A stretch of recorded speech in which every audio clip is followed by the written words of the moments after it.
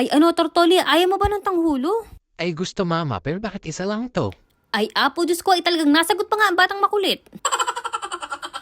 Hello mga mare, wala nagtatanong pero isa na naman nga akong late vlog voice over. Ito pa nga yung mga panahon na pasimula pa nga lang ang summer dito nga sa amin. At ayun yung mga oras nga na ito mga mare ko, ngayon mga bago natin chicharong bulaklak, ay syempre nga ay parang nga yan sa tort kulit. At ito nga yung gumagapang ko nga na rose na kulay dilaw, ay talagang tuwan-tuwa nga ako dyan. Pero mas tuwan-tuwa talaga ako mga mare ko kapag nga nakakakita nga ako ng mga bisita nga dito natin kay Ibonatics. At ito na nga yung section ko nga dito mga mare ko, parang nga sa tambayan nga namin ni Ellie, dahil kung hindi ko nga nalaga ng bakot, ay naku, talagang uubusin niya ng tort kulit. Ay kita nyo nga ang mga damo nga namin dito mga mare ko, ay talagang paubos na nga, talagang kailangan nga itong diligan nga araw-araw para nga, hay, naku, magsibuhay na naman. At pagkatapos ko nga sa mga gawaing backer ito nga, mga mare ko, nagluluto na nga din ako. Nai-enjoy ko nga din talaga ang mag-meal prep nga ng pagkain nga namin ni boss. Kaya naman, bogs, eri na nga mga mare ko at nakapagluto na nga din ang maring sisi. At kapag ready na nga kaming kumain, ay init-init na nga lang. Hindi nga pwedeng matapos ang araw nga namin ni Ellie nang hindi nga siya nakakapag-walking, at kita nyo ay talagang excited na naman nga ang bata. Ay yes, opo mga mare ko, araw-araw talaga ang walking nga niyang si Ellie. Ay importanteng mahalagang bagay talaga yan mga mare ko, ang kanyang exercise. Ay hindi naman pwedeng kami nga lang ni boss ang nag-exercise, ay dapat ay si Ellie din. At pagkatapos nga namin mag-book nga ni Ellie, ay ang tort kulats nga ay nagkikreate nga daw ng tanghulo. Ay kagrabe. Kaya eri na nga ang maring sisi at ginagawa ko na nga talaga ng paraan nga ang kanilang tanghulo. Ay hindi nga po pwede nga pala itong celery dahil nga ilelembot-lembot. Kaya nga naisipan ko na ito na nga lang ang aking gamitin. Carrots nga mga mare ko ang magsisilbi nga nating stick. Ay wititit at talagang gagawan nga ng paraan ng maring sisi dahil ayoko namang magdabog nga itong si Tortoli. Ay alam niyo na si Tortoli ay may something.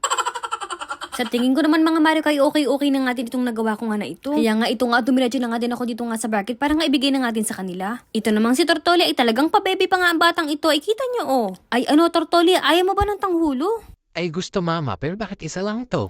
Ay apo, Diyos ko, ay talagang nasagot pa nga ang batang makulit.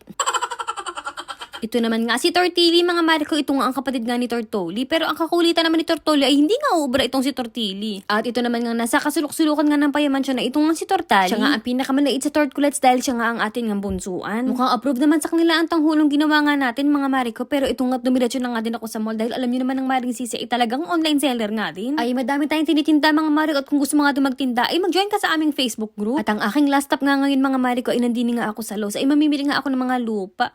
Huy, akala mo kami bibili ng house and lot dyan. At bago ngayon mga mare ko, ito nga nagtingin-tingin pa nga din ako dito ng mga chicharong bulaklak nga. Ay alam niyo naman ang paborito nga ng tort kulats, ang gumamela nga. Ang presyo nga na din talaga dito ay medyo may pagkalintikan na oh. Ay, apo, Diyos ko mga mare ko, ay hindi ko talaga mapigilan ang sarili ko mga mare ko nung makakita nga ako dito ng kalamansi. Ay talagang ay, bet na bet ko talagang bumili mga mare ko kahit na medyo may kamahalan nga ang isa. Ay syempre, ay wit ko naman gustong maboard nga ang aking kalamansi, kaya kumuha na nga din ako ng lemon, tapos ay ng saging. Ay, Diyos ko naman. Ay, ang sabi ko lang sa sarili ko ay deserve naman. At o siya, ayan din mga mare ko, kumuha na nga din pala ako ng mga blocks kasi nga gagamitin nga natin yan sa atin nga bakuran. Nagagandahan talaga ako dito mga mare ko sa wisteria nga, kaso nga pagka-research ko nga, ay hindi nga ito magandang itanim nga sa aking backyard kasi nga grabe nga ang mga ugat-ugat niyan. Ay para bang kayang-kaya niyang sirain niya ang aming balay. Kaya nga sabi ko, ito na nga lang kamilya nga ang aking bet na bet. Oh.